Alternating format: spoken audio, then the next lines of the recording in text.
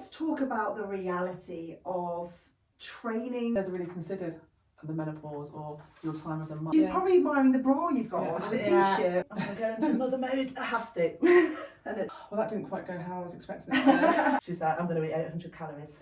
Oh I'm God. like, no.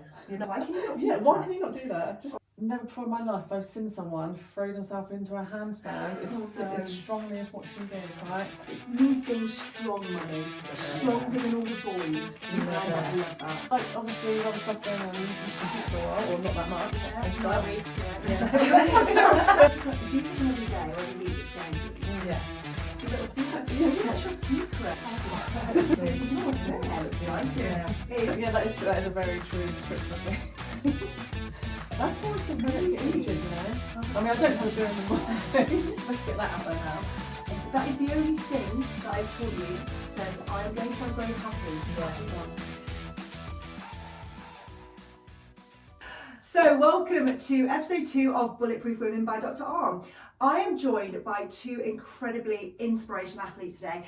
This podcast is going to be a little bit different because we're going to be talking about what it takes to stay resilient, healthy and strong over time. So who am I with? I am with Laura Sams and Tara Smith, both CrossFit athletes, both mums, stepmums, but most importantly, both super inspirational CrossFit athletes who have competed on the stage for a long time. So to both of you, people think because we train and we are strong that ultimately we are invincible. Are we?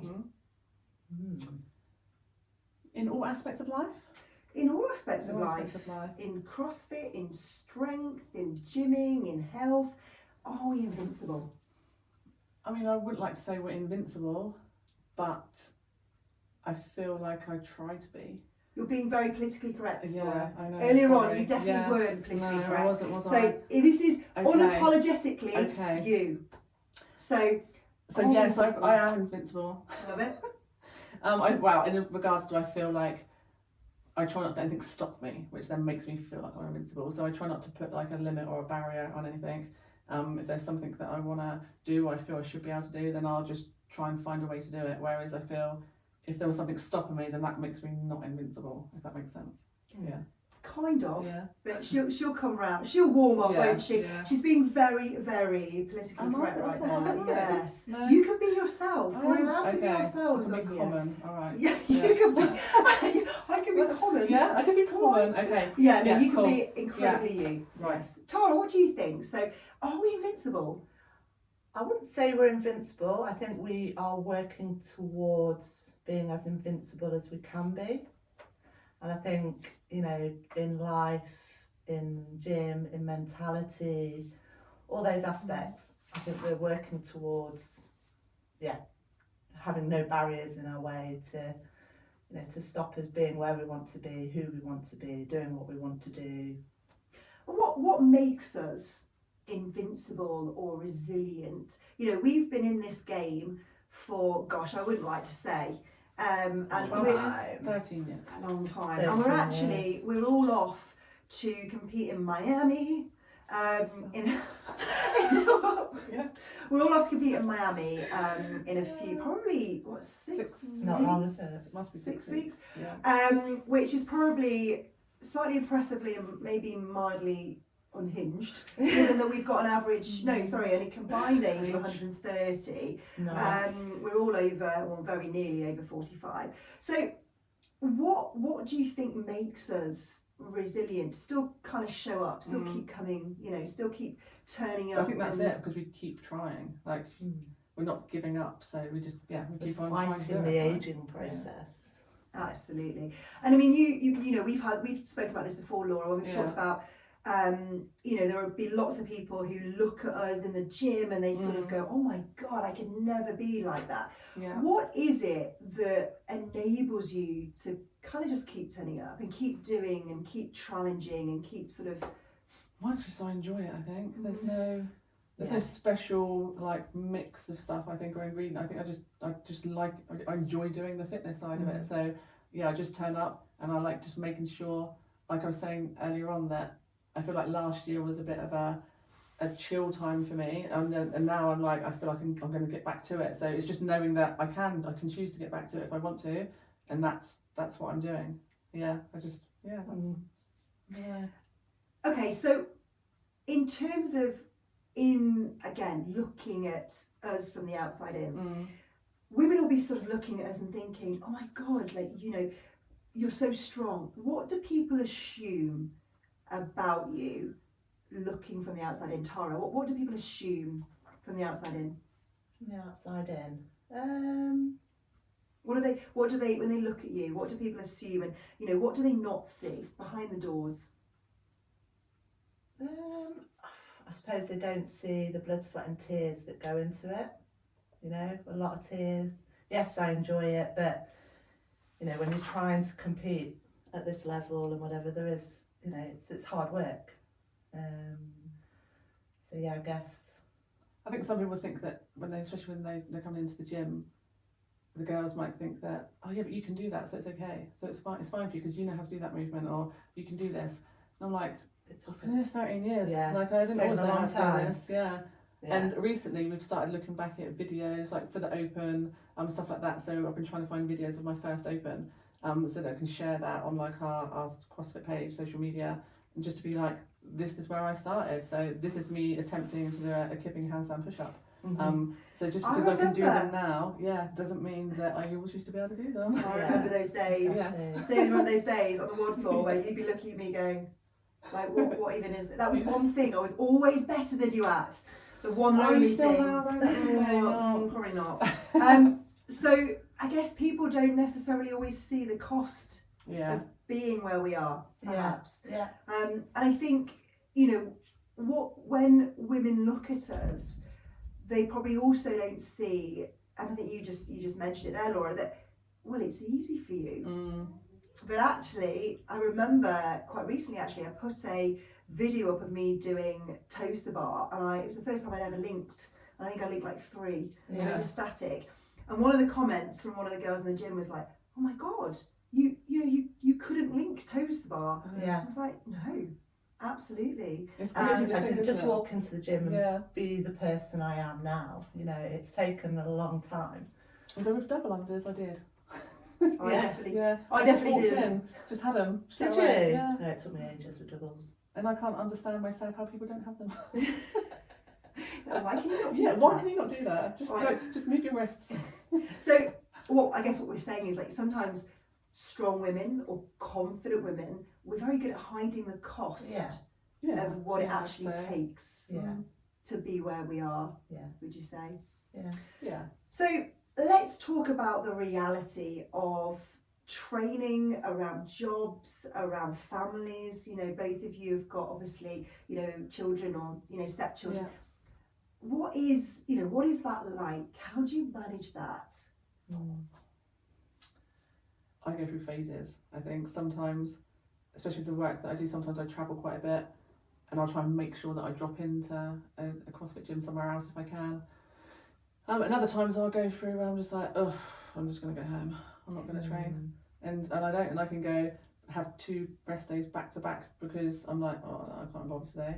And then I'll go through another phase where I'm just like, right, I must go to the gym. Doesn't matter now, it's 7 p.m. I've just driven for like 3 hours. I'm going to the gym and I'm going. So it just depends on what I think my focus is at that point in time. Do you know what I mean?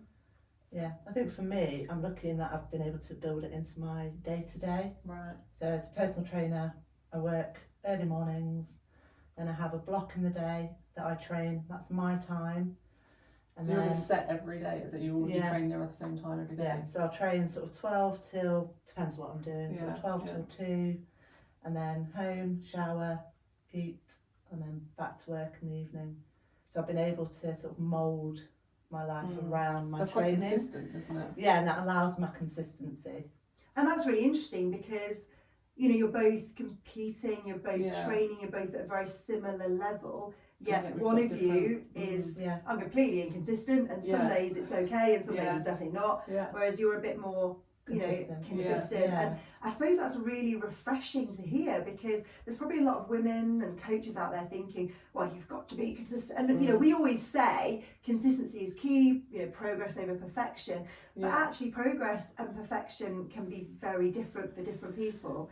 And almost, it's great to normalise that actually being demotivated sometimes it's okay. normal. It's fine and it's normal. Yeah. And some of mine, it's not always because I'm not motivated. It's more, you've had one of those days, and like I said, travelling around, and my times change, they vary. So sometimes I might have to train in the morning at like a 6 a.m, which I don't enjoy if I know I'm going to be working. So I need to make that decision to get up and go and do an hour in the morning. Otherwise, I know by the time I get home later, I'm not going to want to go. So, and some days I would get up and do it, other days I wouldn't, and then I'll try and I might change my training week then because of work. And that's one thing I've definitely learned over the last few years. Training's not everything, but it's a big part of my life. But obviously, then so is work. You know what I mean? And you can't get stressed about it because you're not. Otherwise, what's the point in doing it if it's going to stress you out?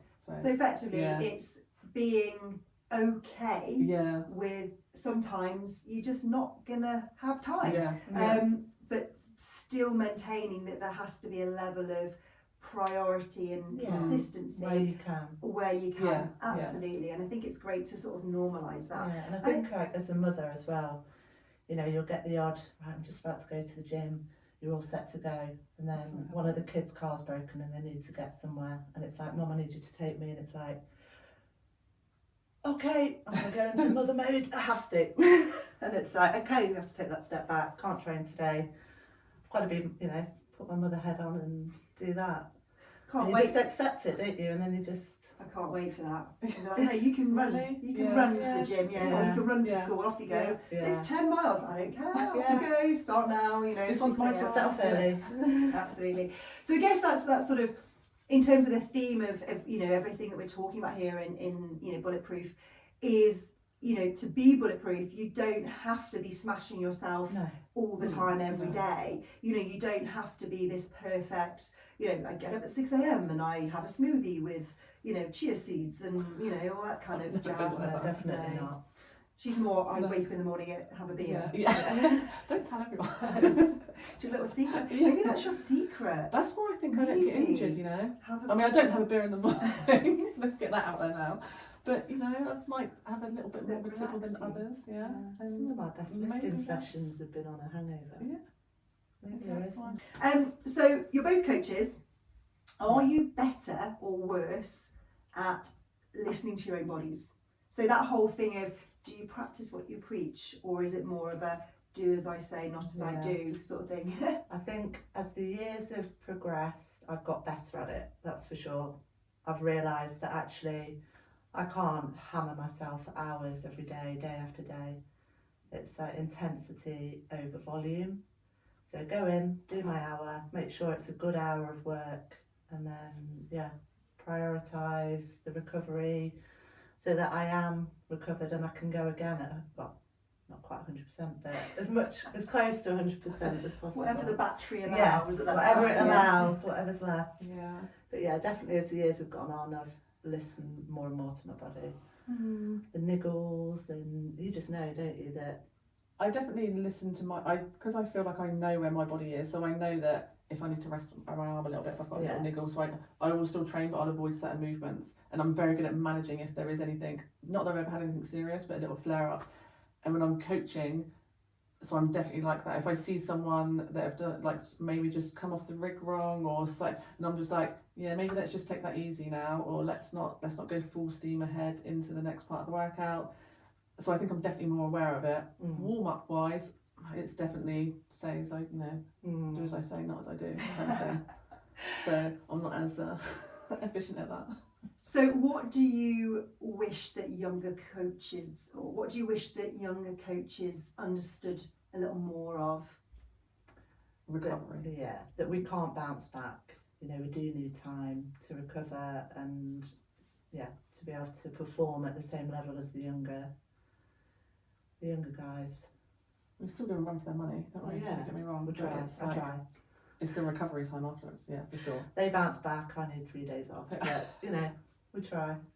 And do you think, and we spoke a little bit about this earlier, do you think that that's one of the areas where the system really fails women as a whole, but perhaps even more so women going through certain stages in their lives, perhaps? Mm-hmm. I mean, I always thought, and obviously I am a woman, that I never really considered the menopause or your time of the month, or even though I know there's all that data out there and people talk about it a lot, that affects your training, and you might be able to do this better at this time of the month and this better at this time of the month. But to me, I've always been like, no, I'm just the same every throughout the month. But now, I guess as I've got that tiny bit older, I'm like, oh, maybe it is because of that. So maybe that is why today I've not been able to do this as well as what I've done before. Yeah. And I don't think all coaches, especially younger ones, will realise that. And how do you, so obviously, for example, we go to Miami and straight away I was looking and, oh God, will it be that time of the month? Because we all know at certain times, Yeah. I probably should do that, I haven't done much. And some people will say, oh, I don't really want to know, just want to crack on. Yeah. But then, more recently in sort of the media, there's, I say the media, within our circles, there's been more exposure and more visibility around women managing that time of the month when they are competing.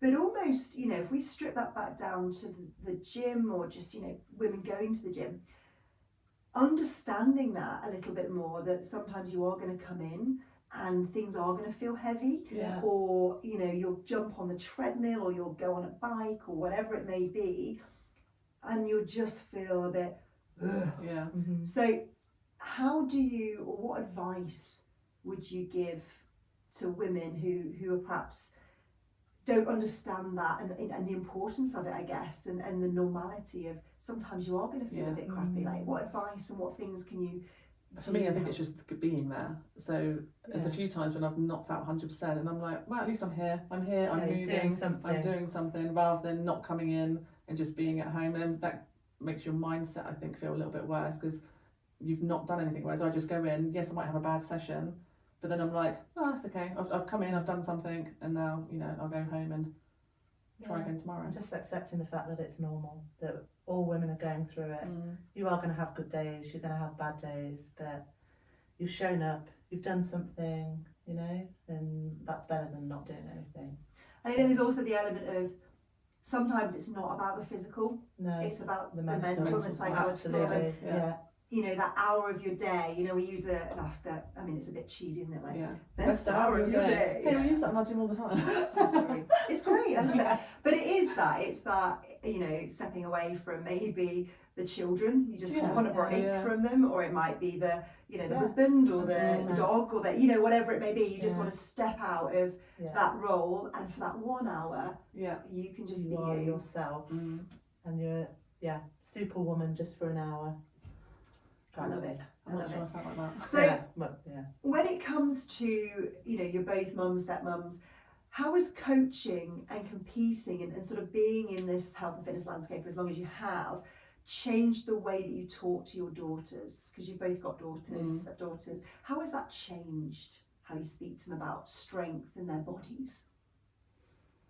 I think with my daughter May, I think obviously she's grown up in the industry.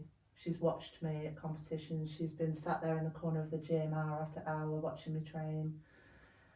And I think it's just become part of her, and she understands. And obviously, like growing up and through her teenage years and so forth, there's all that pressure from social media to look a certain way and be a certain way, and all these messages that are coming out through social media. The amount of conversations we've had where she's like, I'm going to eat 800 calories. Oh, God. I'm like, no, you're not going to eat 800 calories, because how's 800 calories going to make you feel? That's Laura's snack, that is. I was like, I eat that for breakfast. But now listening to her, because she's just recently qualified as a personal trainer, and I feel so proud listening to her, talking to clients, because she's relaying what I've told her over the years. And there's been times where I haven't thought it's gone in, but now listening to her and seeing the way she is and the way she approaches her fitness and her nutrition, I know that, it has gone in little by little over the years. And I love that. And it's really interesting, because one of the things that, you know, it's difficult because, you know, there'll be lots of mums and, you know, aunties. It's not just about, you know, people who have children at home. It's about what's portrayed by all of the little girls, the teenage girls that are sat watching. And I think for me, one of the strongest things is that we very rarely see our parents or adults fail. And one of the things that I love is, you know, both of my children, you know, my 12-year-old boy and my 8-year-old little girl, they see me fail, but more importantly, and not just necessarily fail, but struggle, you know, and they see that happening, and they see that, what do I do? Well, I pick myself up, I dust myself off, put on, you know, put on the queen, put on the brave face, and I push on. And I think we very rarely, or children very rarely, see their parents fail or see adults fail. And they need that, because they need to see that you can fail and you can pick yourself up, because there is always going to be that, isn't it? Absolutely. And in terms of your, you know, the girls, what do you want them to inherit from the fitness culture that you're in and have been in for so long? What do you want them to inherit? What are some of the key factors? For me, it's being fearless, as in like to go out on that competition floor. So for me, being a stepmom's only been the last couple of years. It's not like the girls have been throughout like my whole life or their whole life. And just getting to know them, and one of them does do gymnastics, and going out, and when she competes and goes out onto that floor, it's just that she doesn't have to win. Like just being brave enough to just go out there and do that in front of people, and then come back, maybe take a little learning from it, and then have the courage to go and do it again. I think. So when they first come to watch me, they're like, did you win? And I was like, no. I said, well, I don't have to win. I had fun. I might do better next time I might win, you know, or I might not.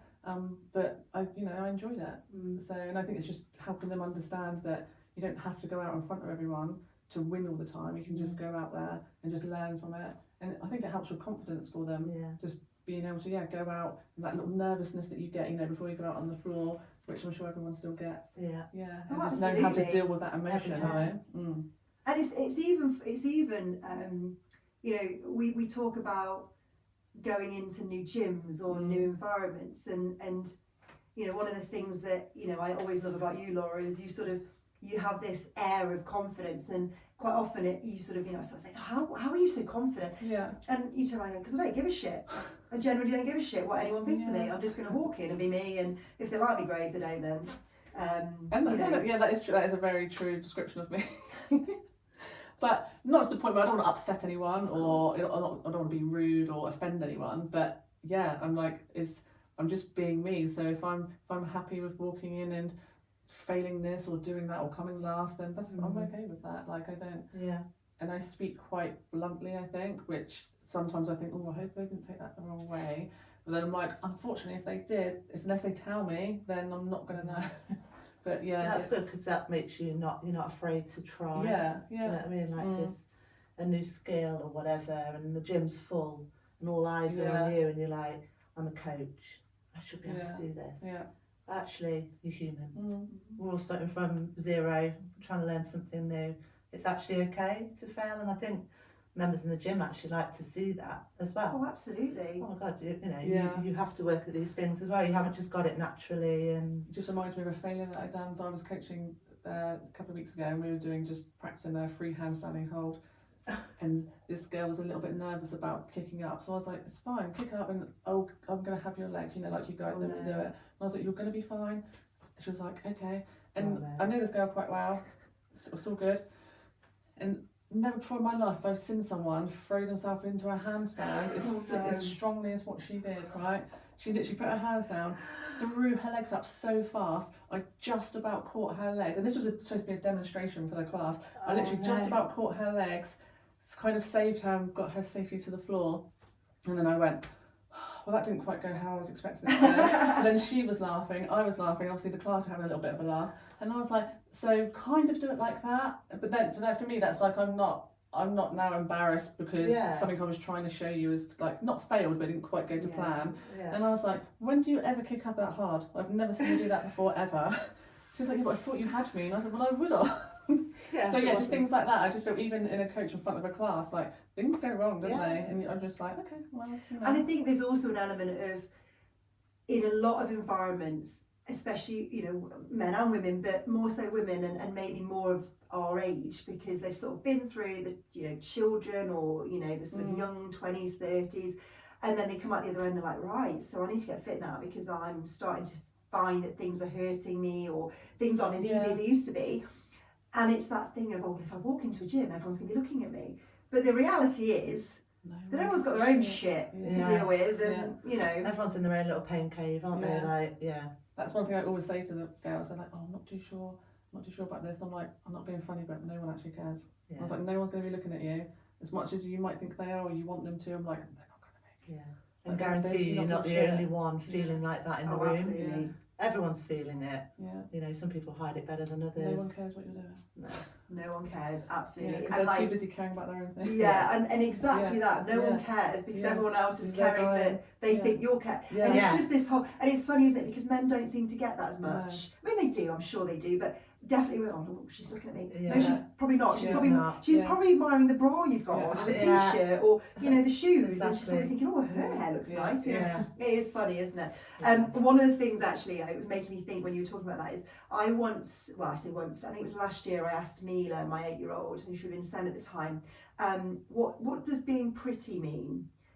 Her answer, I was like, you go girl, because she said, it means being strong, mummy, stronger than all the boys. And I was like, I love that, I have brought you up well. If that is the only thing that I've taught you, then I am going to my grave happy mum. So we're about to compete together. Like I say, that's either, you know, incredibly brave or slightly crazy. Why does competing still matter? I think I love a challenge. I love to challenge myself. The harder the better. Might regret it during the moment or during the WOD or during the competition, whatever it is. But I always come out the other end and I'm glad that I did it. And I'm proud, you know, there's obviously going to be elements where I'm like, I could have done that better, whatever. But for the whole, I'm pretty proud of myself. And I think, that keeps me going. I just want to know that I can still do it. Still got it. So I think when I first started CrossFit, however many years ago, 12, 13 years ago, one of the first competitions I done was quite a big one. I think it was called the Super Team Cup or something like that. And I hadn't been doing CrossFit that long, and got out there and I was like, oh yeah, I love this. Not like there was no like podium finish or anything. I was just like, just the I love that buzz and that adrenaline and that push. And now like 12 years later, I'm just like, I just want to know that I can still do it. I can still qualify, and I can still like give everyone a good run to the money in my age group. You know, I just want to, and then one day I might not want to, but at the moment I'm still good to go. We're fighting the aging process. Absolutely, and it's almost that sort of element of we've got nothing to prove, and we're refusing to sort of disappear quietly, essentially, aren't we? You know, 100%. Why are you choosing to do it? Oh God, she's throwing it back at me. How do you get back at me? You took like obviously with other stuff going on. You didn't compete for a while, or not that much. 9 weeks. You know, that's a long time in our world. Have a tit off, and then 9 weeks later, you know, kind of on the wall. But like for like a highish level competition, you probably didn't compete for a little while, and now getting the confidence, I guess, to come back. So is it? I think why you suddenly, you know. I love that you've thrown that back at me. Yeah. I think for me, it's I do something every day or every week that scares you. Because like we're adults, we don't do things that scare us. And I say we do, but the vast majority of the population don't. Why? Why? Like the adrenaline, the you will be absolutely shitting your pants, especially when I'm on my own. Shitting your pants with friends is far easier, not literally obviously, because that would not be cool. Weeing your pants with friends is fine because we do that quite a lot. That's a normality. As we found out earlier today. But yeah, it's like do something every day that scares you. Because when you come through it, that's when you're like, shit, and I think that's the scaring, challenging. It's the same kind of thing. Challenging yourself, like I say, scaring yourself. Absolutely. And I think it's that element of we don't need, as a society of women, as a group of women, we don't need to be protected from the challenges. What we need is proper support through educated individuals to help us keep going through the ages, which is possibly where the system has been typically has failed and is still failing, because there isn't that support and understanding. And so what's happening is people are falling through the gaps because the support isn't there. So thank you so much. I think we have literally given so many little absolute nuggets to this whole idea around keeping fit and strong and challenging yourself. And one of the things that's really come out for me is nobody cares, but everybody cares. And what I mean by that is that no one cares what you're doing, but everybody cares that you show up. 100%. And absolutely going forward, it's all about trying to get that message out that we just need better support, better systems, so that women can ultimately be in a space, both mindset, confidence, to be able to challenge themselves to live healthier, happier and fitter lives. Absolutely. So thank you both of you. You've been absolutely incredible, and I cannot wait to be scared shitless on There's the no mod swimming, floor. there's no swimming, so we're fine. That's it, I'm not going to get eaten by a shark. We're not. So That's I cannot great. wait to be scared shitless, and we myself, with two of my closest and fabulous CrossFit friends. So thank you so much for joining me today. Thanks for And having us. we look forward to you in 6 weeks' time. Yeah. 6 weeks. Amazing, ladies. That's quick, isn't it?